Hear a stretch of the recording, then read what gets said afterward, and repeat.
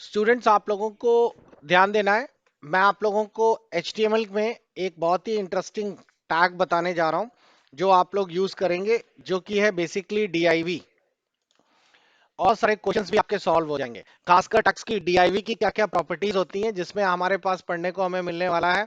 Opacity कैसे काम करेगा, पोजीशन कैसे काम करेगा DIV के अंदर, और क्या क्या चीजें यूज कर पाएंगे।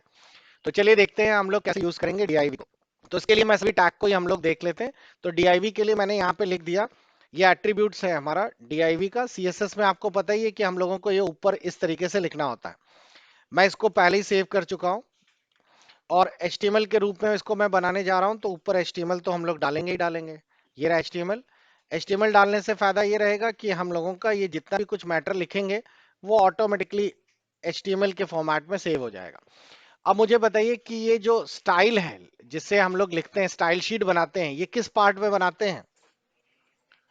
बॉडी के अंदर बनाते हैं या हेड में बनाते हैं, कहां बनाते हैं? स्टाइल जो बनाते हैं, जो आप लोगों को स्टाइल शीट लिखनी होती है, वो आप लोग हेड में लिखते हैं, यानी बॉडी के बाहर। यहां पर इधर पे आप लोगों को लिखनी होती है स्टाइल। ठीक। और इस स्टाइल के अंदर ही आप लोगों को स्टाइल्स लिखनी होती है। तो एक क्वेश्चन बहुत आता है, बहुत बार पूछा जाता है कि स्टाइल शीट्स जो आप लोग, या स्टाइल टैग जो है वो किस में लिखा जाएगा? तो हेड में लिखा जाएगा और कमांड आपके बॉडी में रहेंगे सारे। अब इसमें जो हम लोगों को टैग लिखना है, जिसका हम लोग यूज करने वाले हैं, वो है DIV। तो इससे आपके DIV के MCQ बहुत आसानी से सॉल्व हो जाएंगे। ऐसे ही तो बनाते हैं हम लोग। DIV लिख लिया और इसके अंदर अब हम लोग DIV के सारी वैल्यू एट्रीब्यूट्स डालेंगे। अब DIV में एक सबसे बड़ी चीज होती है, DIV की width, कितनी बड़ी इसका DIV वैल्यू, यानी कि कितना बेसिकली हमें एक बॉक्स से DIV कुछ नहीं है, एक छोटा सा डिवीजन कर देगा, एक बॉक्स बना देगा।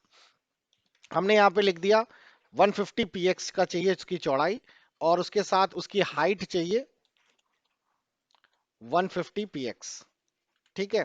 लेकिन ये साथ ही साथ बनता रहे तो आपको अच्छे से समझ आएगा। तो ये हमारा टैग नहीं है, ये क्या है? ये तो हमारा एट्रीब्यूट्स है, यानी कि बेसिकली कह सकते हैं कि उस टैग की प्रॉपर्टीज है, स्टाइल है। टैग तो बॉडी में लगाएंगे ना, तो बॉडी में हम लोग DIV देते हैं, याद रखिएगा ये भी। और DIV बंद कर दिया। और इस DIV के अंदर हम लोगों ने दे दी एक क्लास, क्योंकि ये वहां से लिंक भी तो करना है जो ऊपर हम लोग बना रहे हैं। इसका नाम दे दिया मैंने box1। अब आप लोग खुद चीज ऐड करनी है। हम लोगों को box1 के अंदर जब प्रोग्राम में ये लिखेंगे, तो कंप्यूटर क्या करेगा? box1 को सर्च करेगा। box1 ऊपर कहीं पे हम लोग लिख देते हैं, ये रहा हमारा box1।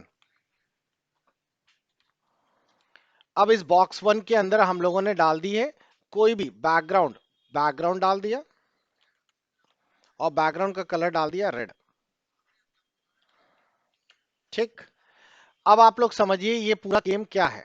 पूरा गेम ये है कि ये DIV की प्रॉपर्टीज यहां से लेगा, एक DIV बना लेगा 150 बाई 150 का, और उस DIV के आधार पर एक बॉक्स बना देगा ये। अब अगर मैं इसे रन कराऊं तो आपको आउटपुट ये देखिए, ये आ गया। अब ये 150 बाई 150 पिक्सल का रेड कलर का box1 बन गया है। ठीक। अगर मैं इसी में थोड़ा सा चेंज कर लूं, अब जाहिर है कि मैं 150 की जगह 250 कर दूंगा तो बॉक्स चौड़ा हो जाएगा। अब मैं एक और बॉक्स बनाना चाहता हूं यहां पर, तो मैंने एक और लिख दिया box2,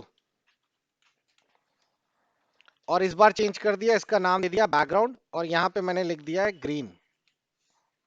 ठीक। क्या ये बॉक्स बनेगा पीछे? अभी नहीं बनेगा, क्योंकि box2 को तो हमने लिंक किया ही नहीं अपनी कोडिंग में। तो हमारी कोडिंग में तो कहीं box2 अभी कॉल है ही नहीं। तो यहां पर हमें box2 को भी ऐड कराना पड़ेगा अपनी कोडिंग में। तो एक DIV यहां से ले लिया जाए, और इसके अंदर अब इस बार हम उसकी क्लास ऐड करा दें, और वो क्या कर दे? box2। ठीक। लेकिन ये box2 कितना चौड़ा बनेगा? जितना चौड़ा आपकी DIV है। तो अगर आप लोग चेक करें, तो अब मैं इसको रीलोड कराऊं तो ये देखिए एक box2 भी आ गया, उतना ही चौड़ा। तो सभी को समझ आ रहा है? तो इस तरीके से हमारा box1 box2 आ गया। एक और बना लें, box3 भी एंटर करेंगे, और box3। ठीक। और box3 की प्रॉपर्टी यहां पे लिख दें, डॉट box3। और box3 के अंदर भी हम लोग बैकग्राउंड कलर दे देते हैं। इस बार हम लोग दे देते हैं ब्लू। तो ओवरऑल जब मैं इसको रन कराऊंगा बच्चों, तो रन कराने के बाद आप लोग चेक करेंगे तो यहां तक सभी को क्लियर हो गया। अब इसमें डीआईवी प्रॉपर्टी भी चल रही है और बॉक्स की इंडिपेंडेंट प्रॉपर्टी भी है। अब साथ ही साथ आप लोग कॉल देखिए कि अब मेरे को इसमें थोड़ा सा भी चेंजेस करने हैं, तो मैं अपना डीआईवी के चेंजेस यहाँ पे लिखूंगा, और बॉक्सेस के अंदर अगर मेरे को कुछ लिखना होगा तो मैं अपना वहां पे टाइप कर पाऊंगा। क्लियर? कैसे? अब मैं इसी में एक चीज, ओपेसिटी मैंने यहाँ पे ले ली, ओपेसिटी, ओपेसिटी में मैंने लिख दिया है 0.5। 0.5 का मतलब होता है 50%। तो ये 0.5 एक बॉक्स में लगेगा या सारे बॉक्सेस में होगा? सारे में होगा। अगर यही लाइन में यहां लिखता तो सिर्फ बॉक्स 1 में होती। तो अब मैंने ओपेसिटी कर दी, तो डीआईवी के जितने भी होंगे उन सब में, यहां से यहां तक सभी में ये काम करेगा। अब रन करा के मैं दिखाता हूं आप लोगों को।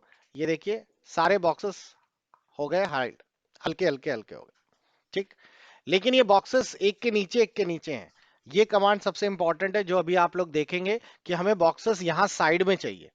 तो कभी भी आपके वेब डेवलपिंग में कभी भी कोई प्रोग्राम करते हैं तो हमेशा याद रखिएगा, कोई भी प्रोग्राम बनाइएगा तो अगर आप लोगों ने कुछ डिजाइन बनाई, कुछ भी बनाया, तो वो उसके नीचे नीचे नीचे लगता चला जाता है। डीआईवी ही एक ऐसा तरीका है जिससे कि हम लोग इसको इसके बगल में सेट कर सकते हैं, क्योंकि ये बॉक्स हम लोगों को यहां से डीआईवी को यहां पे शिफ्ट करना है। बस उसके लिए आप लोगों को एक प्रॉपर्टी और ऐड करनी पड़ेगी, वो है पोजीशन। और पोजीशन में आपको लिखना पड़ेगा एब्सलूट। अगर ये प्रॉपर्टी हम और ऐड कर दें तो हमारे सारे डीआईवी एक के नीचे जो लग रहे थे वो आप चेक करेंगे तो एक के ऊपर लग गए। ये एक के ऊपर है, तीनों अंदर ही घुसे हुए, एक के ऊपर एक दिख नहीं रहे क्योंकि हमने एब्सलूट कर दिया। तो ये वाला भी, ये वाला भी और ये वाला भी। लेकिन हम चाहते हैं कि ये वाला थोड़ा सा दिखे, तो साइड में कर दीजिए। साइड में कैसे करेंगे? इसको यहीं पे रखते हैं, बॉक्स 2 को हम लोग थोड़ा सा यहां पे लिख देते हैं उसकी पोजीशन, कि ये टॉप में 50 px इधर खिसक जाए। ठीक। तो थोड़ा सा नीचे खिसक जाएगा, और साथ ही साथ लेफ्ट से भी खिसक जाए, लेफ्ट से भी 50 px इधर खिसक जाए। तो ये सिर्फ बॉक्स 2 पे काम करेगा ये चीज। तो अब मैं इसको अगर रन कराऊं तो आपको यहाँ पे दिखाई देगा, ये देखिए इधर से थोड़ा खिसक गया। अब ये ग्रीन वाला खिसक गया, ब्लू वाला, और ब्लू वाले को भी थोड़ा सा और खिसका दिया, उससे ज्यादा खिसकना चाहिए। तो इसको 100 ले लिया और इसको भी 100 ले लिया। अब आप देखेंगे तो आपका आउटपुट ऐसा आएगा। ये देखिए, ये अपनी मेन जगह पर ही है, रेड वाला ऐसा ही तो था, ये अपनी जगह पे है। ये 50 पॉइंट्स यहां से और 50 पॉइंट यहां से खिसक चुका है। और ब्लू वाला कितना खिसका है? 100 पॉइंट यहां पे और 100 पॉइंट यहां पर। अगर मेरे को बिल्कुल बगल में से लगाना होता तो यहां से यहां तक कितना था? 150 था ना। तो मैं इसको 150 के आगे 151 लिख देता, या फिर 150 लिख देता, तो ये पूरा खिसक कर यहां आ जाता, ओवरराइट नहीं होता। तो सभी को समझ आ गया? तो ये एक बहुत ही अच्छा एग्जांपल है आपको डीआईवी भी समझने के लिए, और उसके बॉक्स एट्रीब्यूट्स आप लोग ध्यान रखिएगा, ये आपके एमसीक्यूज में बहुत पूछे जा रहे हैं डीआईवी से जुड़े हुए और साथ ही साथ क्लासेस से।